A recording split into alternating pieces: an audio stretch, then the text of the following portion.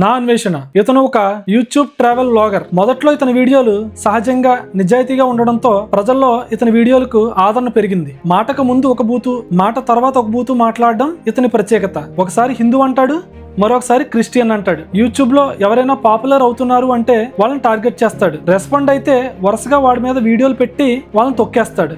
సిగ్గు లేకుండా బూతులు మాట్లాడడంతో వీడి వీడియోలకు క్రేజ్ ఎక్కువ. యూట్యూబ్ లో డబ్బు కోసం ట్రెండింగ్ టాపిక్స్ వీడియో క్రియేట్ చేస్తాడు. వీడిని జనం మర్చిపోతున్నారని అనుకునే లోపు ఏదో ఒక ట్రెండింగ్ టాపిక్ వెతుక్కుంటాడు. మొదట్లో వీడు ట్రావెలింగ్ గురించే చెప్పేవాడు, కానీ రాను రాను జనాల పల్స్ పట్టుకున్నాడు. మాటల్లో వల్గారిటీ, సెక్స్, ప్రాస్టిట్యూషన్ ఇలాంటి వాటి గురించే ఎక్కువ మాట్లాడుతున్నాడు. వీడి పొగరు కేవలం యూట్యూబ్ లో వచ్చే డబ్బు మాత్రమే. వీడి వల్ల కొంతమంది యూట్యూబర్స్ అడ్రస్ లేకుండా పోయారు. వీడి ట్రావెలింగ్ కెరీర్ కి అడ్డం వస్తున్నారని వాళ్ళని అడ్రస్ లేకుండా చేశాడు. వీడికంటే ఎవరు గొప్పోడు అవడం వీడికి ఇష్టం ఉండదు. ఉమా తెలుగు ట్రావెలర్, రవి తెలుగు ట్రావెలర్ ఇలాంటి వాళ్ళను క్యారెక్టర్ అసోసినేషన్ చేసి అడ్డు తొలగించుకున్నాడు. జనం కూడా అది నమ్మారు. భయ్యా సన్నీ యాదవ్ ట్రావెలింగ్ లో టాప్ లో ఉన్నప్పుడు బెట్టింగ్ యాప్స్ ప్రమోట్ చేస్తున్నాడని చెప్పి టార్గెట్ చేసి తొక్కేశాడు. ఇలా చాలా మందిని చేశాడు. ట్రావెలింగ్ లో అందరినీ తొక్కేశాక విఆర్ రాజా, క్రాంతి వ్లాగర్ ఇలా లిస్ట్ చాలా పెద్దదే ఉంది. వీడు ట్రెండింగ్ లోకి రావడానికి వాళ్ళని తొక్కేశాడు. అప్పుడప్పుడు మోటివేషన్ వీడియోలు కూడా చేస్తాడు, కానీ అది కూడా ఆడియన్స్ ని ఎంగేజ్ చేయడం కోసం మాత్రమే తప్ప వాళ్ళ జీవితాలను మార్చడం కోసం కాదు.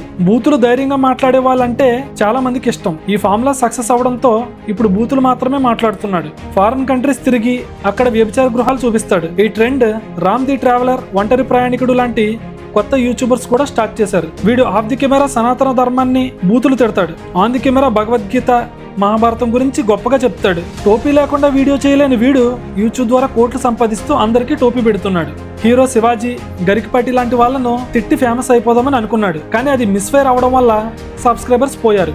వీడు ఇప్పటి వరకు సంపాదించింది చాలు. వీడి వీడియోలు చూడడం ఆపండి, వీడిని అన్సబ్స్క్రైబ్ చేయండి. భారతదేశాన్ని తిట్టి విదేశాలను పొగుడుతూ మన ద్వారా డబ్బు సంపాదిస్తూ మనల్ని టార్గెట్ చేస్తున్న ఇలాంటి వాళ్ళని చూసి ఇంకొక 100 మంది తయారవ్వకుండా చూడండి.